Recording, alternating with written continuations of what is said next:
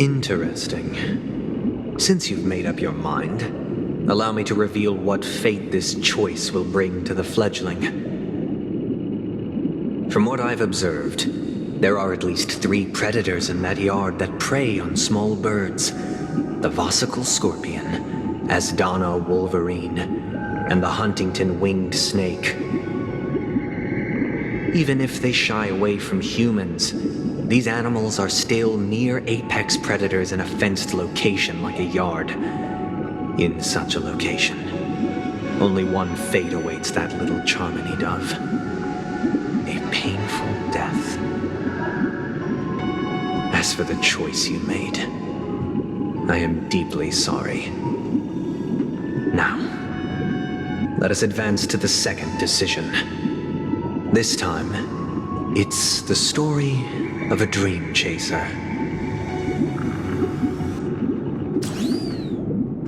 This story happened when I was appointed as Bronze Melodia, a position exclusive to the Oak family, charged with listening to the problems and vexations of dreamscape residents and providing them with the relevant guidance. It was during that period that I had the opportunity to hear voices from all corners of the dreamscape. Joy, sorrow, arrogance, regret. The complex tapestry of human nature that formed the world. And I was fortunate to catch a glimpse of it. He was a dream chaser and an illegal stowaway. Just like the rest of them, he came to Penacony in search of a better life, except that, to most people, the price he paid, I suppose you could say it was everything. He told me, I sold everything I could at home. The house, the land, even his 2 children. He said he could not afford to raise them, and that at least they could eat if they lived as slaves. He had a plan in place. He would buy back his children once he had made his fortune, and enjoy Penacony's beautiful dream with them.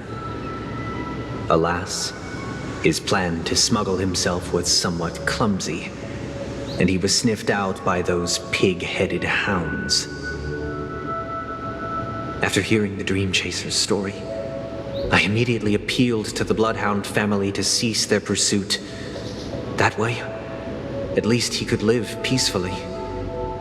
But I was still too naive to the ways of the world. I did not anticipate that what I thought was a kind gesture would later lead to dire consequences. I'll tell you the outcome soon. For now, I'd like you all to make a choice. Will you do as I did and try to convince the Bloodhound family to stop their pursuit so that the Dream Chaser may live peacefully and realize his wishes?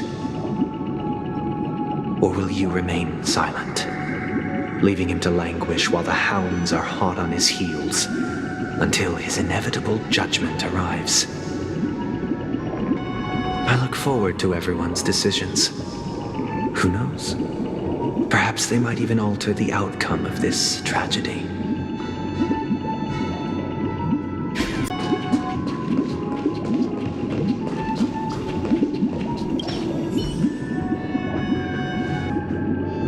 This question... Surely it has some connection to the baby bird story. And this connection is precisely the breakthrough Sunday aims to use to persuade us.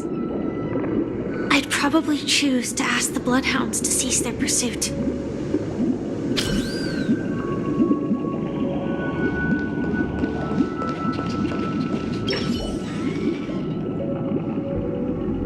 A dream chaser story. If I acted out of kindness, I would probably ask the Bloodhounds to stop their pursuit and lend him a hand. But what cruel repercussion would this choice result in? I think Sunday must have been deeply impressed by the limitations of the strong defending the weak through this incident.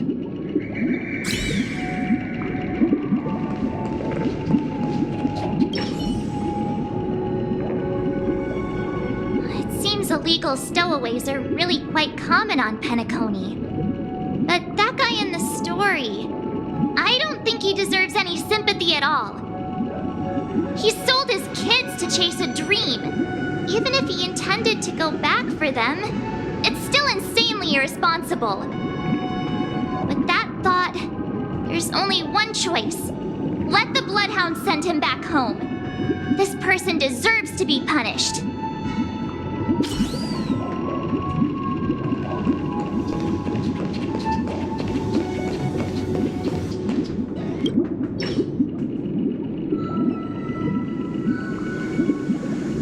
It seems you, like me, are pondering whether a different choice could have led to a better outcome. Sadly, his fate would only be more tragic. Say he never gets caught. He would only die from delirium. The methods with which illegal stowaways enter dreams are unorthodox, not flawless like the hotels. Living in the dreamscape would be a mere pipe dream. Should he be apprehended? Could the hounds afford to turn a blind eye? The answer is a definitive no. They couldn't bear the resulting consequences, and thus wouldn't dare extend a helping hand. As to your choice, I once again offer my heartfelt apologies. Next comes the third and final decision. And the story this time is my own. This story happened the day I was appointed the Oak family head.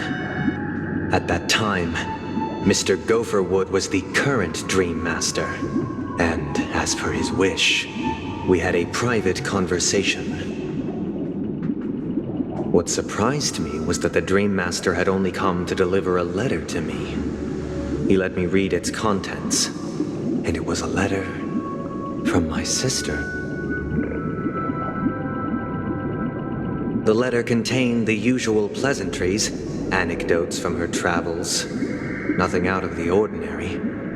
Just as I started wondering how this letter related to our discussion, the Dream Master began to speak. Do you know who wrote this letter? My sister, of course. But why would you personally visit me to hand me a letter from my sister containing mere trivialities?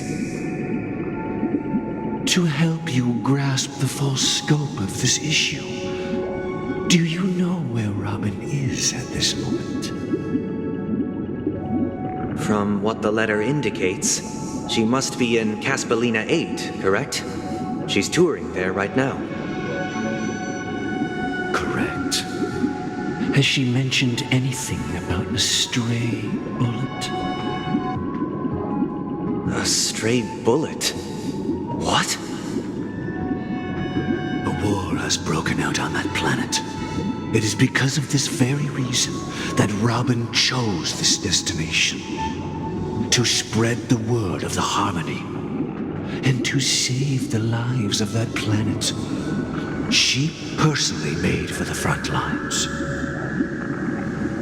She hoped to ease the people's suffering with song, and was willing to brave mortal danger to deliver the IPC's medical supplies. Unfortunately, stray bullets show no such compassion. Is she all right? If the operation was successful, she should probably be recovering in the field hospital. By the eon above, the bullet struck her neck directly, yet possibly as a reward for her consistent deeds of harmony, it didn't hit any vital arteries. Once you've attended to your outstanding tasks, it'd be advisable to write her back as soon as possible. witches! I'll pack my bags right away. My gratitude for bringing this to my attention, Mr. Gopherwood. Now you understand why she always wears such elaborate neck ornaments, don't you? How could this happen? Miss Robin. It's all in the past, so please don't worry. I share this in the meager hope that you will understand the harmony's limitations and predicament. As grandiose as the strong defending the weak sounds, many times, it is nothing more than wishful thinking. Likewise, I've prepared one last question, one last choice. But rest assured, this choice will not have any grave consequences. Because this is merely a figment of imagination, a nightmare that has haunted me through countless nights. If you ever had the opportunity to make a choice like I did, would you still support Robin's journey on the path of harmony?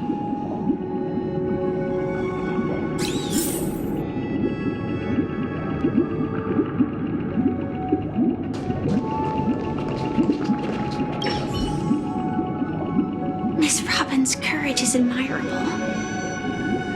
And here I was thinking she was just another superstar celebrity. But the fact that she's also Mr. Sunday's younger sister? No, I doubt he'd wish harm on his own flesh and blood, no matter how grand the ambition.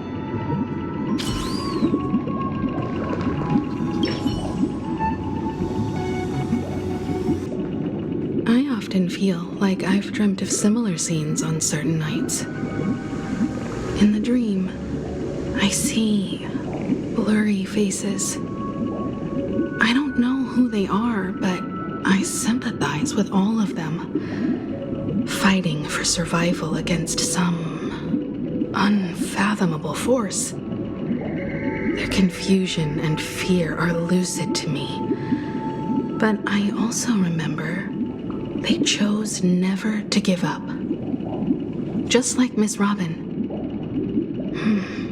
If Mr. Sunday's question leaves you puzzled, you should find the answer from your own experiences. With each trailblaze, dangers and tribulations will surely follow. But would you ever back away? Would you stop March and Don Hung from reaching their next destination? I believe you have an answer of your own in your heart.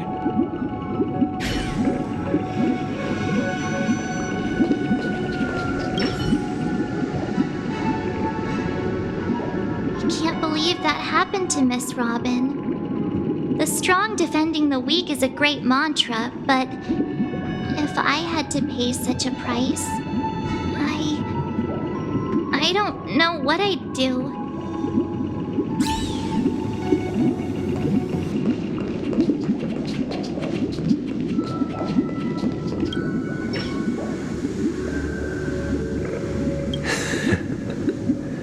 I see. I am now aware of everyone's stances. Raising these questions merely serves to illustrate one point. The plight of Penacony cannot be salvaged by the harmony. The true foundation for a sweet dream paradise can only be established through the order where the strong govern the weak. I know the suffering of being tormented, the turmoil of losing your way, how sorrow and even despair set in when matters don't work out. All of this causes me unending pain, because this is not what happiness is at all. We must teach the weak how to live a happy life. And this life isn't some noble propriety that the upper crust preaches, but in definitive terms, a way of survival that belongs to everyone. So what is your definition of living a happy life? Good question. human consciousness is fundamentally an illusion, a cage known as self-worth. People lured in by this illusion make mistakes, yet still ask that external influences bear the burden. When one mistake after the next permeates the masses, they become impossible to trace. Thus, the amassing of these individual cages culminate to form a prison, a place dictated only by the rule of survival of the fittest. Nature is always accompanied by predation and sacrifice. Its antithesis is known as order. That is what I want to do. Unite people's happiness under the banner of order. They won't need to make bitter choices any longer, nor face the weaknesses of humanity. They can cast aside their primal instincts to build a haven for mankind. Simply describing thoughts is far too abstract, so allow me to provide a simple example.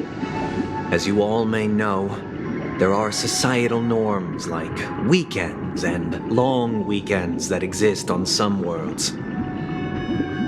During these hard-earned rest days, people are given the chance to extricate themselves from the stresses of everyday life, allowing a certain tranquility to return to their souls. And it is only on these days that people do not have to adhere to the law where the strong prey on the weak.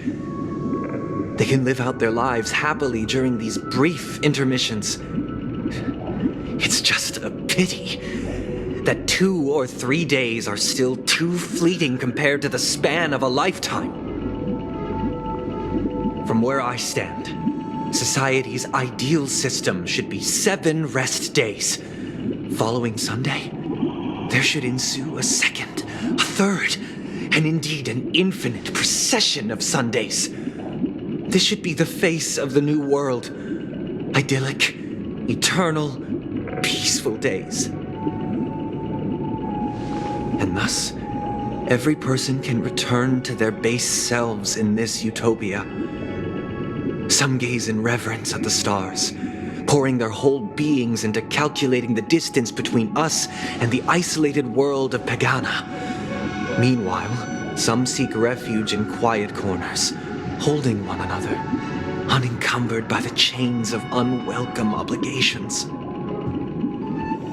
There would be no need to bear the hardships of reality.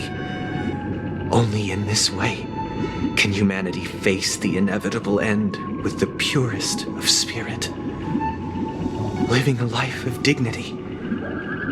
This is what it is to live in bliss. Miss Firefly, you who are stricken with entropy loss syndrome, you of all would surely understand this.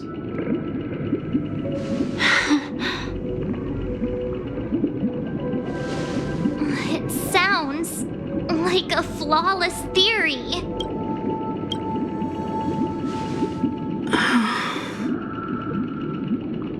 But what is the price to attain all this? The cost is minute, merely a personal and eternal sacrifice. If this paradise is to be maintained for everyone, someone must remain trapped in solitary awakening until the end of the cosmos. Awakening. Which means that this so-called paradise is still a dream. Stepping into this paradise means forsaking reality, correct? It is not forsaking, but transcending.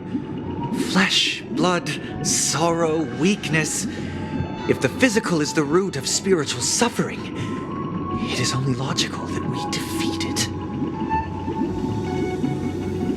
But in this supposed bliss, people won't have defeated their demons. The chance to overcome their tribulations would be forever lost to them. In other words, it is an escape. That's another way of understanding it. But there is no shame in escape. On the contrary, the seeds of escape exist in everyone's hearts. Don't you agree, Miss Firefly? And as to why we sleep, it is because we are afraid to awaken from our dreams. But this is not in conflict with the grand plan. Only in acknowledging this can we truly understand the frailty of human nature, and from there, show compassion and protection.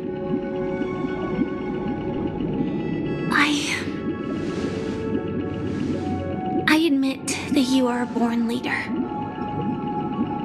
Your perspective on humanity brims with pessimism. Yet you express compassion for all, even when your heart pities them. But unlike you, I live for the self. From my perspective, individuals making choices for themselves is their birthright. The want to escape may be innate in the weak. But whether they are weak or not, it is not up to another to decide. Perhaps in your mind, you also view me as weak?